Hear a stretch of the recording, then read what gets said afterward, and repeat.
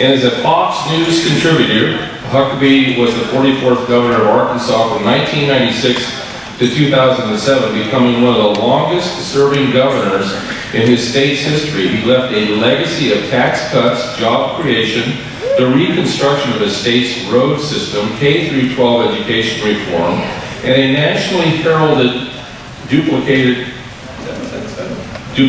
health initiative that focused on prevention. He is a New York Times bestselling author of 12 books and a frequent speaker for corporate, civic, and nonprofit groups like us all around the world. And you know, again, we're looking for an interim governor.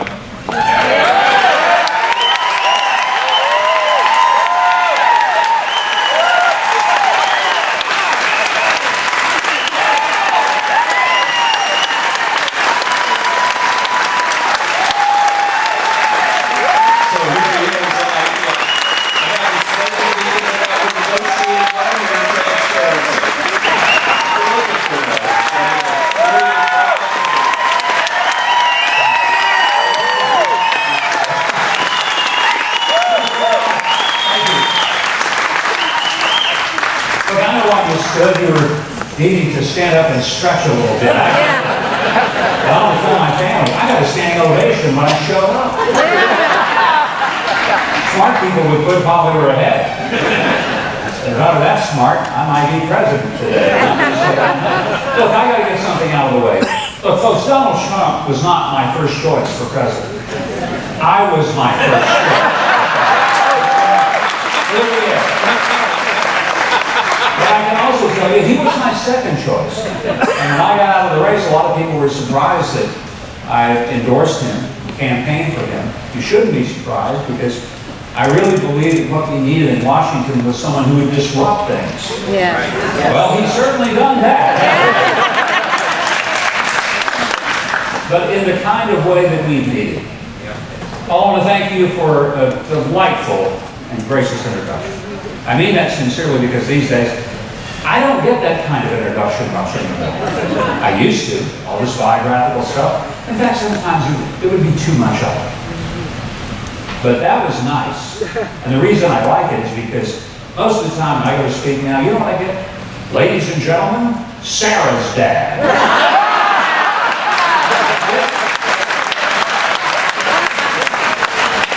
There's one time when people come up to me in airports and hotels all the time. They say, I just want you to know, and I'm thinking they're going to say, I love your television show. And I'm waiting for it, and they say, I just love your daughter.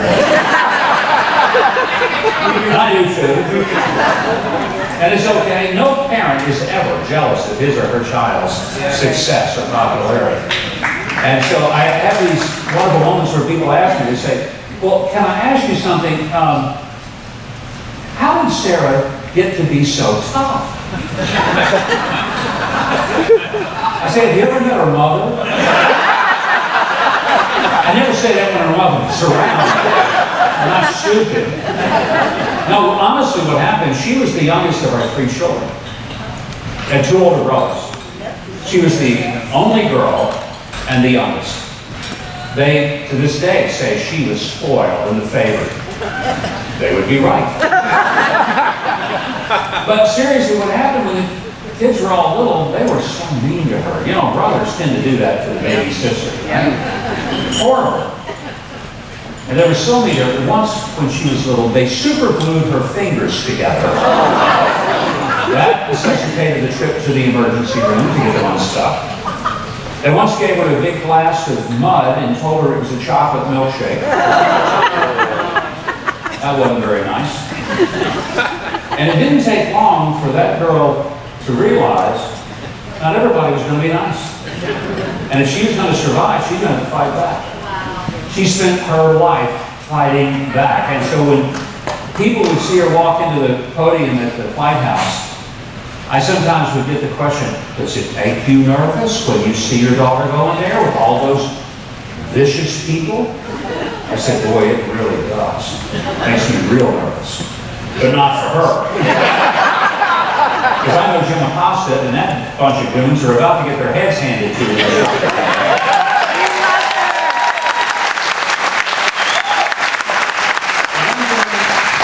pretty sure about. She really didn't take a lot of guff from people like that. And part of the reason is my daughter is a true Southern lady. Now, let me explain this. Some of you have had some time living in the South, but most of you are probably from California and just wish that you were in the new state, the 51st. Yes. You will be soon. Yes.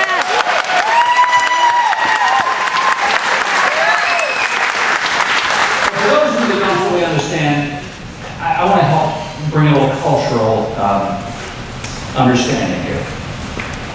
When a Southern woman begins or ends a sentence with these three words, whether they are expressed explicitly or whether they are merely implied, these three words are not at all what you think they mean. The words, bless your heart. It does not mean, I'd like to hug you. It means, I'm going to gut you like a deer and you won't know what happened. That's the way it means. I could see my daughter one, and I could just see in her answer, bless your heart. Folks, I am so very honored to be here today, and I mean that sincerely. I am incredibly impressed that people would actually do something that every American should do. Believe the Constitution of the United States and exercise their rights as American citizens to take the boot of government off their necks. A couple of people have asked me today, what do people outside of California think about California when you're talking to them? I travel all the time. I say, well, I can tell you what they think. They think that people who lead this state have lost their ever-loving minds. And I think they would be so impressed that there are a group of Californians who simply want to live in the America that all of our ancestors died for. Yes. And gave so much up to give to us. And they do not want to see this country or any of the states turn it into a socialist experiment. Turn into a place where people who are here illegally end up practically having more rights than the people who pay the taxes and who fund the nutty politicians who don't seem to understand that it's not that the people work for the government is supposed to work for the people.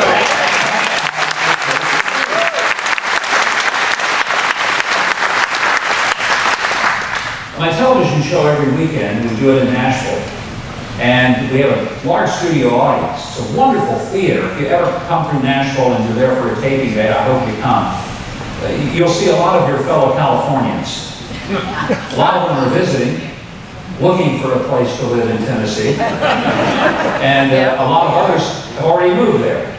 I'm serious. There's usually a couple dozen people every week in our audience, because I do a meet and greet after the show, where I stay and visit with everybody who wants to come by. And I always ask, where are you from? And I'm amazed how many people are from California. I say, oh, are you in exile? And a lot of them say, we just couldn't make it anymore. The taxes were so high. It was like I wasn't even working for my family anymore. I was working to fund a government that didn't even respect me. And I ran a business and the regulations were so strenuous that I found it impossible to run a business because it wasn't that my competition was across the street, across town, or across the state, or across the world. My competition was in Sacramento, where the politicians did everything they possibly could to make it hard for me to run a business. The kind of businesses that make America the best economy on planet Earth. When people can't make their businesses work, despite good service, good products, good ideas, then it is time for something that is different. And one of the reasons that I was delighted to come here today was because I have so much respect and admiration for the people of California like you, who've decided, as Howard Bill so famously said in the movie Network, we're as mad as H and we're not going to take it anymore.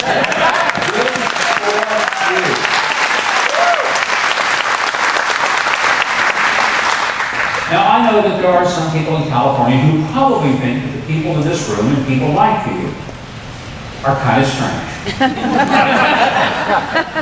They may say those people pushing for the 51st state, they're weird. when, not being just all right. Let me tell you what's not right. Let me tell you what's really weird. What's really weird is that somebody would get elected mayor of a major city and think it's okay for people to sleep homeless on the streets, defecate on the streets, to the degree that you have to have an app on your phone to know where not to step in human excrement. There's something weird and unseemly about that.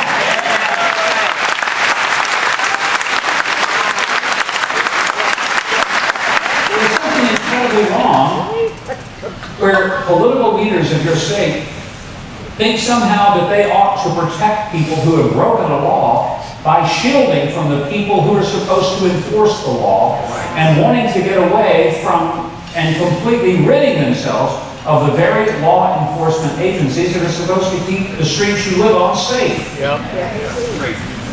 And when you see issues like the horrible thing that happened to Kate Steinle in San Francisco,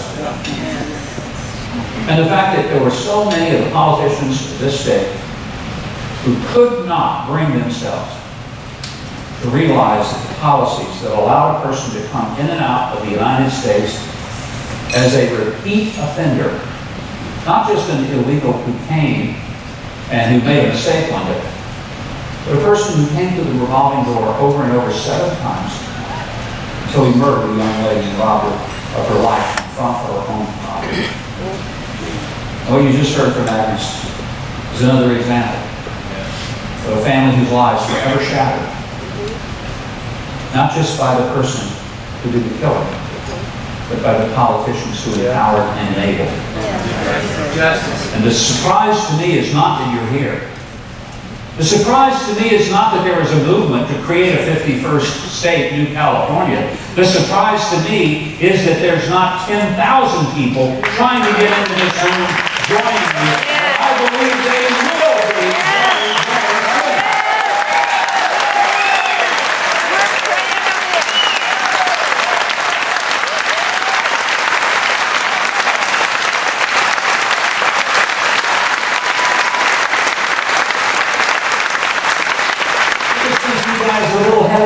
That's all. I said to many of you, make sure you get the San Joaquin Valley in this new state because we really do need America's salad bowl and bread basket. I said to many people, I'm not just favoring them, I've been to that part of California on several occasions. I love the people there, they're hospitable. They're a whole lot like the people that I know, where I come from. And frankly, a lot of their ancestors came from my part of the world, from the Dust Bowl ran them out. They came out here to do the thing that they used to do there, farm. Let me tell you why it's important. And I don't think people who lead your state fully understand it. It's true not just of your state, it's true of our nation. There are 3 things a country has to be able to do in order to be free and maintain its freedom.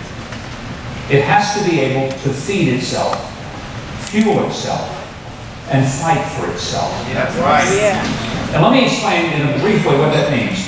If it cannot feed itself, if it doesn't have the agricultural capacity, if it doesn't have the farmers who can grow, produce, and distribute the food on the tables of the people of a nation, and their food has to be imported, then whoever it is that is importing the food owns the people of that country. It is imperative that we never lose the capacity to feed ourselves as a country. And the degree to which politicians and their policies make it difficult for the farmers of the San Joaquin Valley, and for that matter the rest of the country, to be able to put food on our tables is the degree to which it's not just an economic or an agricultural issue, it is an issue of our basic liberty, and we better never forget that.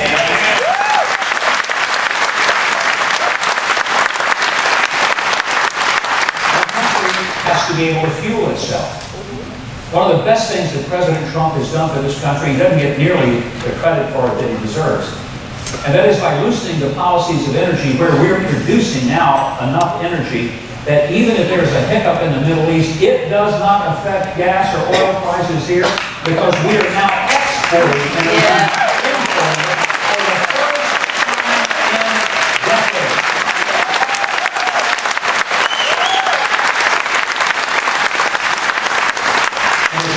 that is dependent upon some other nation for its fuel is a nation that is enslaved to that nation. We've been enslaved to the nations of the Middle East who hate our guts for a long time. And it's kind of nice to be able to tell them, pound stand.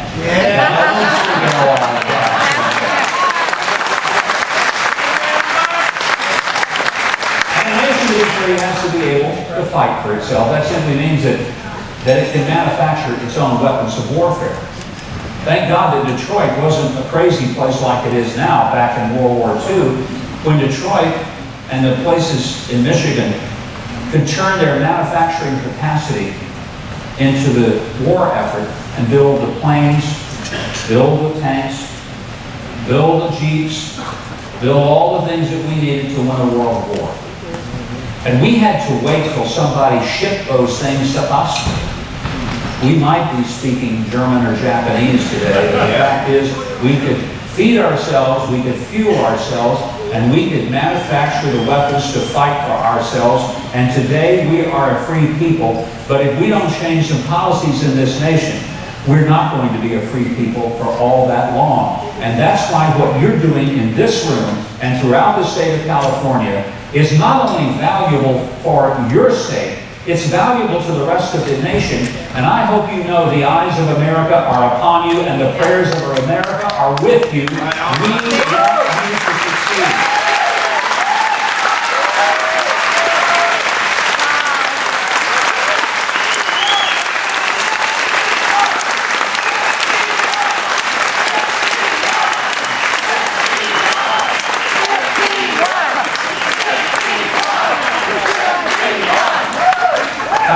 Shout out my age. That wasn't supposed to be funny. Yeah, I can remember when I was. For almost 11 years I was governor of the state that at the time was absolutely overwhelmingly Democrat. When I first became governor, I inherited the state from the Clinton machine. That was a joy. You have no idea. If there's anybody in America that can be sympathetic with people who live with a corrupt bunch of politicians, I understand this. Boy, do I ever. And I mean, I came into office at a time, 91% of all elected officials in our state were Democrat. The legislature, the House, when I became governor, was 89 Democrats to 11 Republicans. In the Senate, it was 31 Democrats to 4 Republicans. And half of those Republicans you couldn't count on because they were more interested in being part of a club than they were actually taking a stand for anything. It was brutal. This is no exaggeration. My first elected office was lieutenant governor, and when I was elected to that office, Webb Hubbell, who was working at the White House for Clinton, called back to the state capitol and told the Secretary of State that they were outraged that a Republican could win with the president being from that state. How dare that happen, and teach me a lesson. So they did. On the day of my swearing in, they nailed the door to my office shut. Nailed it shut. I know you think that's an apocryphal story or I'm exaggerating it.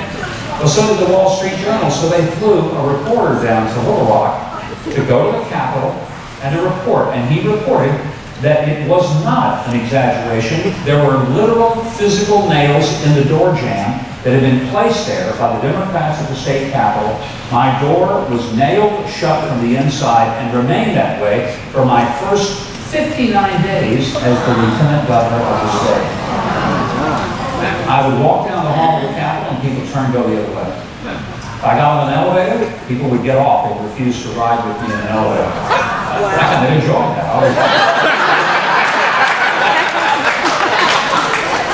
Thank God Eric Swalwell was never in that elevator. Few of you actually get that. So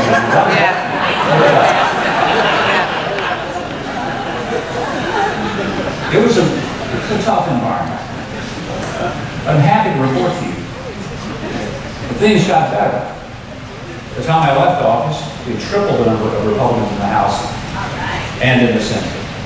And today, after a steady stream of victories, every single congressional seat in our state is held by a Republican. Every single seat in the office is a Catholic. is the Republican. We have supermajorities in the House and in the Senate, in the state legislature, and most of the counties, even those that had never, ever voted for a Republican, now are led by Republican officials. I say that not to write out an Arkansas, I say it to give you hope. If it can happen after the ruinous regime of the corrupt Clintons, it can happen in California. Please don't give up your fight.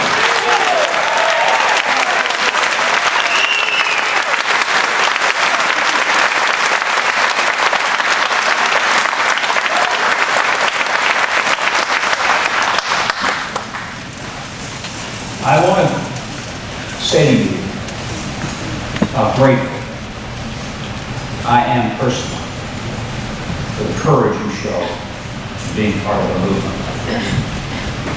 I fully understand some of you will risk the ridicule of your friends, people in your neighborhood will think you're part of a fringe. Ask them, what's so much of a fringe? Believing that the people who are citizens and property owners and taxpayers of the state should be given precedence over people that have snuck in the middle of the night.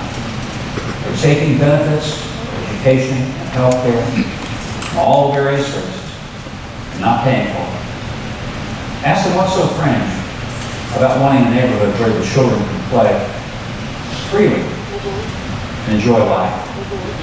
What's so fringe about believing that the life of an unborn child has intrinsic worth and value,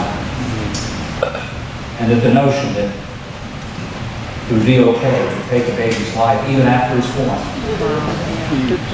is an anathema to a free, thoughtful people who are civilized and not savages. Ask them what's so fringe about believing that if you work hard, you should be able to enjoy the benefits of your labor. Right. And that the people who didn't work that hard shouldn't come and take it from you involuntarily, any more than a kid who studies really, really hard in school, stays up all night preparing for an exam and who gets an A, shouldn't be told the next day, okay, you have an A, but your buddy over here who partied all night, he flagged out. So we're going to give him some of your points from the A over here to the kid who's got the F. That way both of you will end up with a C. Ask your friends if that's fringe, to think that there's something inherently wrong with that kind of nonsense of socialism. And if they still think that you're the one who's the fringe, well, tell them, go to San Francisco, Sacramento, are one of the places where people really embrace that stuff. But as Joshua said in the Old Testament, as for me and my house, we will serve the Lord. We will stand by our friends. And we will stand.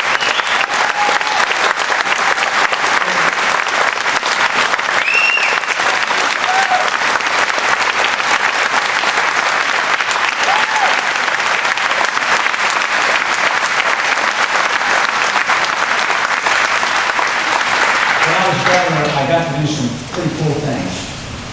Got to fly in an F-16. I was Commander-in-Chief of the Air Guard. How neat was that? Awesome. Disneyland has never had a ride like that. Flew in various military aircraft, like the Cobra helicopter, a lot of stuff. It's fun. I got to meet some amazing people, and everybody meet, go to places, and everybody go. Look, you've got to understand, I didn't grow up destined to be a governor. I grew up dirt poor in South Arkansas. Let me explain what I mean when I say that. I'm the first male in my entire family lineage to ever graduate high school. No male upstream from me ever got out of high school. Not my father, my grandfather, my great-grandfather. In fact, my dad used to say, son, don't look very far up the family tree. There's stuff up there you don't need to see. That's about how the old man was right. My mother grew up in a house that didn't even have floors, just dirt. My parents both grew up in the Depression. Heck, I feel like I did too, because I heard so much about it. But that was the life that I come from. My mother's house had a roof, had no running water, no electricity, and no floors, just dirt. She was the oldest of 7. My father didn't graduate high school. He was a good man. My parents were good people, but they worked hard. And they worked really hard for not very much. He had 2 jobs, 2 full-time jobs. And my mother had a full-time, and it barely paid the rent on the little orange brick shotgun rent house that we lived in on 2nd Street in Hope, Arkansas. My dad did the kind of work that a lot of men have had to do just to feed a family. He lifted heavy things. He stood on hard concrete floors. He got his hands dirty doing what he did.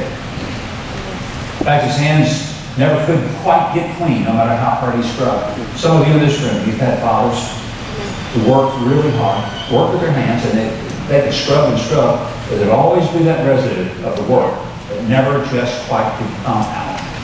In fact, the only soap we had in my house when I was a kid growing up was lava soap. Yeah. Some of you don't even know what that means. I shall explain it. I was in college before I found out it isn't supposed to hurt when you take it. Some of you ladies will someday pay a lot of money at a spa and you will have an exfoliation. A bar of lava will do the same.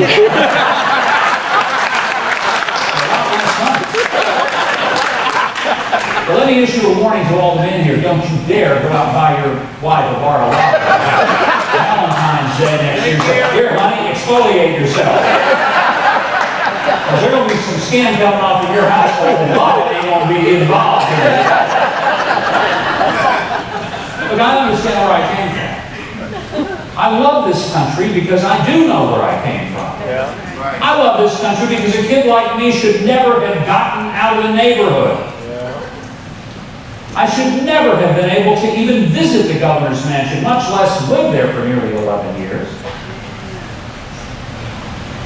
I think about that there are not many places on earth, if there are any places on earth where a kid with my background and ancestry would be able to live the life I've lived.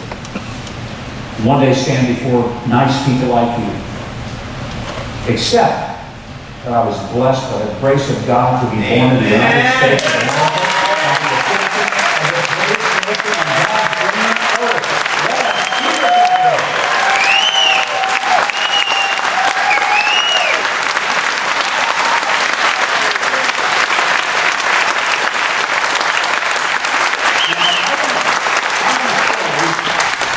Tell you one of the things I got to do was pretty cool. When Mike Levin was the governor of Utah, he invited me and a couple of other governors to come to Salt Lake City for a conference that he was holding on the weekend. It was February of 2001. Put that in perspective, exactly a year later, the Olympics were going to be held in Salt Lake City, February of 2002. 1 year before, he invited us to come out. We did a conference. And on the Friday night, when it was all over, he got up and he said, "Now, folks, tomorrow we have a special treat for everyone here. We're going to take you all out to the Olympic Village for the athletes to train. And you're going to be some of the first people to actually go behind the scenes and see Olympic Village. And when we get out there, we have a special treat on top of that. You're going to be witnesses to the governor's bobsled competition."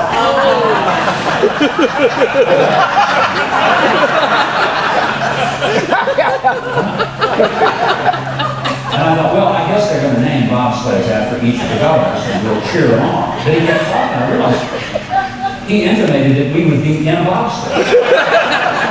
Now, this was very problematic for me for a simple reason. I grew up in South Arkansas where we never saw snow. Maybe once every couple of years we get a little dusting, and when that happened, everything shut down. Government closed, which was a real blessing. Schools all shut down. People didn't go to work. And there was a run at the store for milk and bread. Everybody went and bought milk and bread. Couldn't buy it. You were there 2 hours after the store and forget it. Even if people didn't drink milk or eat bread, they went and got milk and bread. I think it's a Southern thing. I honestly don't understand it. I want milk and bread, my soul. Yeah, it may. But it doesn't all melt by tomorrow. We got milk and bread, by gosh, it doesn't matter, you know? I hear these stories on the news about people in the north and how they would die having heart attacks shoveling snow. And I remember laughing about those crazy Yankees. Heck, a shoveling snow. why on earth would they do that? It's going to melt in a day or two. I started going to Iowa, New Hampshire, and I was running for president, and realized that stuff doesn't melt up here. So when Levitt says we're going to drive bobsleds, the only thing I knew about a bobsled was what I saw on the opening scenes of ABC's Wide World of Sports. The announcer said, "The thrill of victory." And you see the ski jumper gracefully jumping a couple hundred yards, it looked like, over a mountain and landing gracefully. And then he said, "And the agony of defeat," as a bobsled goes careening off the side. Probably decapitating everybody in the bobsled. That's my image. I think that's what is going to happen. I go to him after the event and I said, "Mike, you're not serious that we're going to get in a bobsled?" He said, "Yeah, don't worry about it. Don't worry.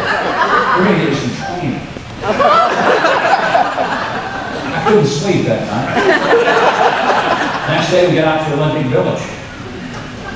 And I get my training. It consists of pairing me with a 16-year-old junior Olympic athlete who's going to teach me how to drive. I don't want to be unkind, but I don't want to learn how to drive anything from a 16-year-old boy, okay? Nothing. And here's my training. They put spikes on my boots, and they started me at the bottom of the bobsled track, which is about a mile in length. It's solid ice. It's a sheet of ice. And we start at the bottom, and the kid walks me up this mile-long bobsled track. I'm trying to dig in enough traction to get up the thing. 13 curves in the track. And when we get to each one, he says, "This is like number 13. And you need to like get the skids right here. Because if you like get them way up here, we can go off." That's not good. And if you get the skids way down here, and we'll bounce back and forth against the wall, and that'll hurt. And we go to number 12 and number 11, all the way up to the top, and I'm trying to remember where to put the skids in each one of these curves. And I realize my life depends upon remembering how to drive a bobsled. Levitt told us that even though bobsleds in the Olympic competition go up to 93, 95 miles an hour, don't worry, we were amateurs, we'd never get ours above 75. I'm so comforted because all I got to do is to be able to make these lightning quick decisions about putting the skids in a curve at 75 miles an hour in an instrument I've never seen except that it kills somebody. We get to the top, and the guys who are going to squeeze me down the bobsled, they're all chipper and happy. "Now, Governor, are you ready?" I said, "Ready for what? To meet Jesus? I mean, I'm pretty sure they're writing my obituary. And tonight in Utah, Arkansas tragically killed when the idiot tried to drive up the bobsled." Just before we go down that track, the kid says something to me. He had no idea how profound it was. But it was profound. Here's what he said. He said, "When we come off the top of the hill, you'll see the first curve. And as soon as you see it, steer for it. Because by the time you have reacted, you're going to be in the curve."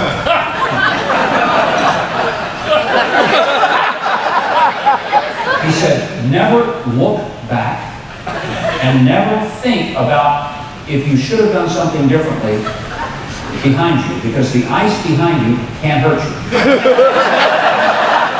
Because the implication is the ice in front of you still could, but the ice behind you can't kill you. He said that when you see the curve, steer for it, and when you have steered for it, you're going to be in it. If you're in it and you think you may have misjudged, don't try to overcorrect, because centrifugal force is going to be pulling that bobsled through the curve anyway.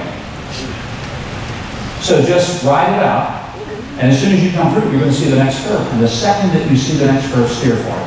And when you steer for it, you're going to be in it. And as soon as you're in it, you're going to be seeing the next one. As soon as you see it, steer for it. He said, "It's really pretty simple." Thanks, kid. He said, "It's really pretty simple. All you got to do is steer for the curve ahead." The kid did not realize that he had just given me amazing peace, profound wisdom. And not just for driving a gospel, but for being a husband, being a father, being a governor, anything in life I was ever going to do, running a business, but quit worrying about the stuff behind it. Can't fix it, can't change it, it's over, it's done with. Don't waste your precious energy worried about something that you can't change. It's over. And if you're in the middle of a crisis, you can't fix it all at one time. Life doesn't work like that. The forces of life are like the centrifugal force to take the bobsled through the curve. You can't make it all corrected just like that. Life is a process, not an event. But there's one thing you can do, and that's keep your eyes focused ahead and steer to the curve. I got a piece of advice as you're working hard to make New California the 51st state of our union. Quit worrying about the things behind you. Can't fix it, can't change it. Don't waste your energy. Don't think this is going to be easy. Don't think you can fix it all in the middle of one curve, because you can't. It is not an event. It is a process, and frankly, it is a long, hard one. But the one thing you can do that will get you to victory, that will make it so that you are the very first citizens, and you will be like the pioneers who first came to California 150 years ago, will be that you do something that a lot of your neighbors and friends won't have the courage or the good sense to do. Steer to the curve ahead. And I hope you will. God bless you.